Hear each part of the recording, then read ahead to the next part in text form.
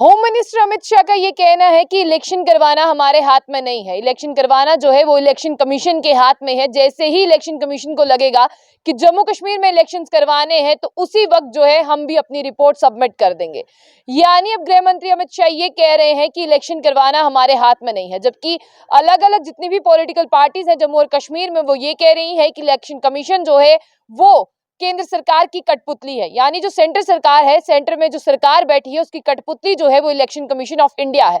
आपने देखा डॉक्टर फारूक अब्दुल्ला हो और महबूबा मुफ्ती हो, उसके साथ तमाम जितने भी लीडर्स हैं वो सब लीडर्स गए, चाहे कांग्रेस के भी लीडर्स थे, कुछ ही दिन पहले जो है वो इलेक्शन कमीशन ऑफ इंडिया से मिलने गए और उन्होंने जो है अपना मेमोरेंडम सौंपा इलेक्शन कमीशन ऑफ इंडिया को। उन्होंने कहा कि आपको झूठे हालातों के बारे में बताया जाता है, आपसे झूठ कहा जाता है कि जबकि जम्मू कश्मीर में ऐसा कुछ हो ही नहीं रहा है।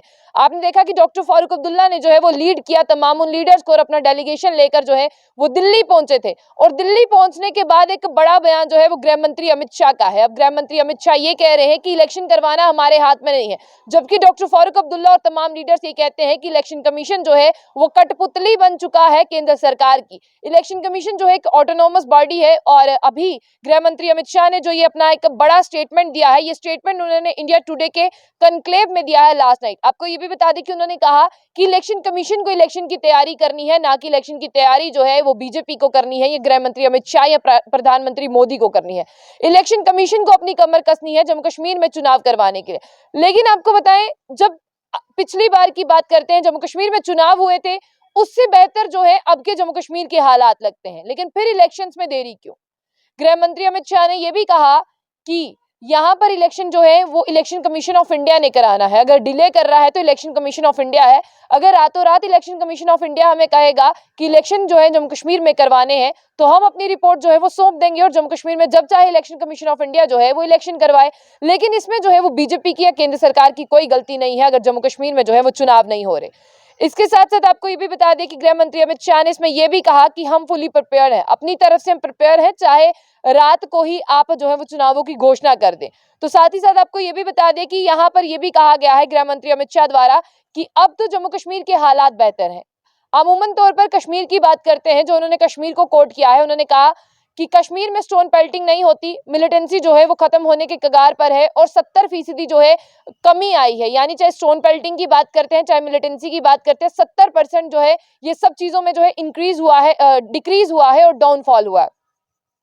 आगे जो वो बात करते हैं रिक्रूटमेंट की कि कई भी भर्तियां जो है वो करवाई गई हैं लोकल यूथ की, उसे भी जो है अंजाम तक पहुंचाया जाएगा। और साथ ही साथ जहां तक बात करते हैं 1.8 करोड़ टूरिस्ट जो है वो इस साल कश्मीर में आए हैं, यानी टूरिज्म को भी बढ़ावा दिया गया है।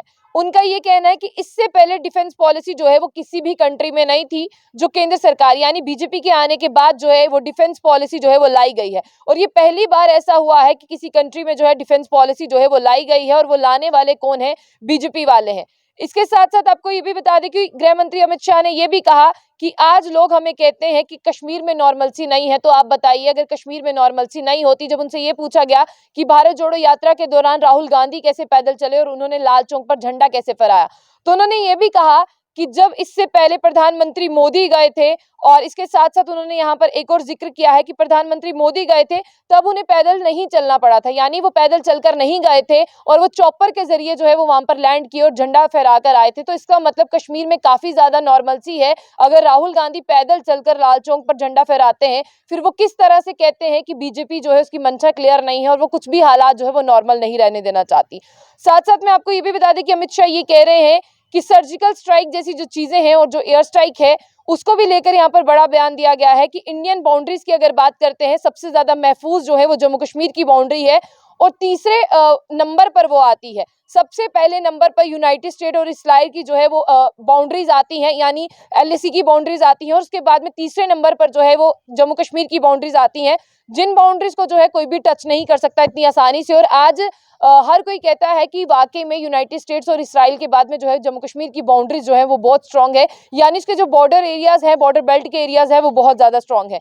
और भारत जोड़ो यात्रा के दौरान गृह मंत्री अमित शाह ये कह रहे हैं कि राहुल गांधी बदलते हुए हालातों को नहीं देख पाए। राहुल गांधी को तो प्रधानमंत्री मोदी को शुक्रिया करना चाहिए कि आपने ऐसे हालात जो है वो बनाए हैं कि मैं पैदल चलकर गया और मैंने पैदल जो है वहां पर झंडा फहराया। जबकि उन्होंने कहा कि क्रिटिसाइज जो है वो उन्हें नहीं करना चाहिए था, उन्हें थैंकफुल होना चाहिए था प्रधानमंत्री नरेंद्र मोदी का, लेकिन तब भी वो क्रिटिसाइज कर रहे हैं और तब भी वो नाशुक्री कर रहे हैं। मतलब उन्हें शुक्र अदा करना चाहिए था प्रधानमंत्री मोदी का, क्योंकि जब प्रधानमंत्री मोदी पास्ट ईयर में गए थे मुरली मनोहर जोशी के साथ झंडा फहराने, तब उन्हें जो है झंडा फहराने में कितनी दिक्कत हुई थी ये वही जानते हैं। तब आर्मी ने पूरा कॉर्डन करते हुए और हेलीकॉप्टर के जरिए उन्हें झंडा फहराने की इजाजत दी थी, और तब कांग्रेस का रूल था, यानी कांग्रेस का राज था। तो तब कांग्रेस ने क्या कर लिया, आप देखिए कि प्रधानमंत्री मोदी ने क्या किया है कि आज कांग्रेसी भी जो है वो बिना सिक्योरिटी कवर के या पैदल चलकर जो है लाल चौक जैसी जगह में झंडा फहरा सकते हैं। उसके साथ साथ उन्होंने ये कहा कि नरेंद्र मोदी ने बदलते हुए वक्त के साथ बदलते हुए कश्मीर के हालातों को भी बदल दिया है।